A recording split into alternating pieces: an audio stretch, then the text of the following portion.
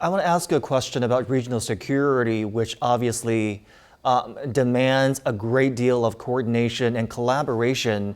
Prime Minister Manele, in your term as foreign minister, you made outstanding contributions to the establishment of diplomatic ties in 2019. What common interests do China and Solomon Islands share in maintaining regional stability? Solomon Islands and China embrace the Global Development Initiative, the Global Security Initiative, and the Global Civilization Initiative proposed by President Xi Jinping. Solomon Islands also supports the five principles of peaceful coexistence articulated in the June Beijing Declaration. These initiatives are global in nature, that nationally, bilaterally, and of course, multilaterally, we should work with everyone to embrace. On the Global Development Initiative, the world is impacted and still recovering from the COVID-19 pandemic in terms of conflicts, but also climate change. Global partnership is needed to put the world back on track in terms of delivering the Sustainable Development Goals and the 2030 Agenda. Solomon Islands appreciated China's game-changing high-quality infrastructure. This includes the 2023 Games infrastructure, but also our National University dormitories, the comprehensive health medical center. These has provided some cushion for us to recover from not only from the COVID-19 pandemic, but also from the November riots, civil unrest that we had in 2021. On the Global Security Initiative, we live in a fast-changing international system. It is our shared responsibility and in partnership to advocate for peaceful coexistence through the Global Security Initiative that your president has also initiated. I believe the world must adopt diplomatic solutions over conflict, cooperation over confrontation, and collaboration over unilateralism and provocation. Peace can be maintained, I believe, by adhering to our UN Charter obligations and addressing traditional and non-traditional security issues.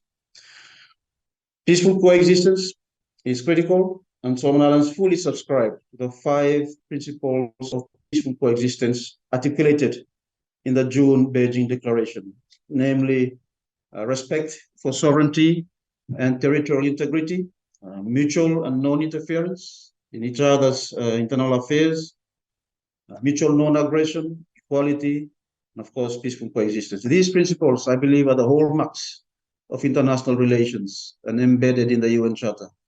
Solomon and China will continue to work together to promote an equal and orderly multipolar world, an interconnected and interlinked world guided by international law and the UN Charter. So we will continue to work with all, including with China, in ensuring that the Pacific region remains a nuclear-free zone. We do not support militarized alliances, grouping, and military posture that targets a third country. As a country, as I've said earlier, our interest is development. In terms of security, we have domestic security challenges that we would like to address, because these are critical going forward in terms of ensuring that we have law and order in country in order for development to take place. You talked about synergy between China and Solomon Islands, and something else that requires synergy on a larger scale is the challenge of climate change, which is probably the single most serious existential threat to the Pacific Island countries. And sustainable development remains the primary task here.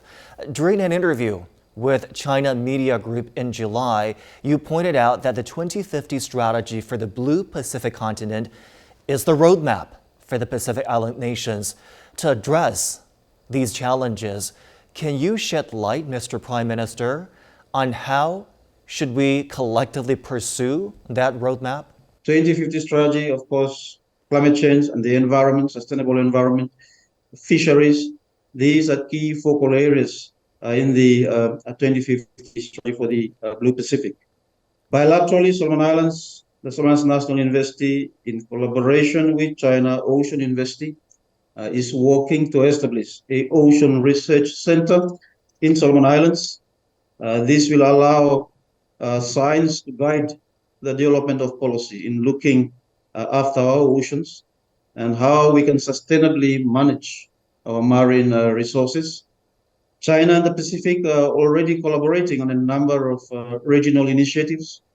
For example, the China Pacific Climate Action Center in Shandong Province, the China Pacific Research Reserve Emergency Center in Guangdong Province, and also a Disaster Preparedness and Mitigation Cooperation Center established in Fiji in 2023.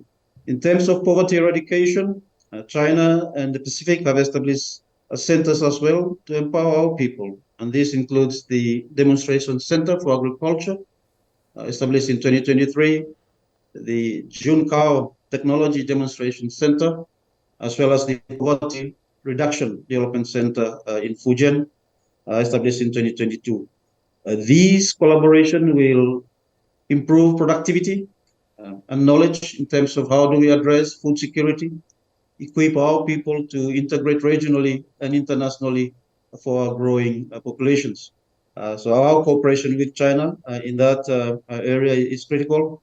On the fisheries sector as well, the Pacific supplies and about 60% of the global tuna caught in the Pacific waters.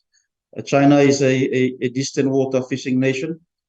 So our cooperation with China in that area is critical in terms of how do we move forward in terms of coming up with an intergenerational approach to fish management. Solomon Islands will be chairing the 2025 Pacific Islands Forum Leaders Meeting, and managing the regional agenda is critical for us, and we will be working closely with China and other partners in terms of our preparations for that meeting.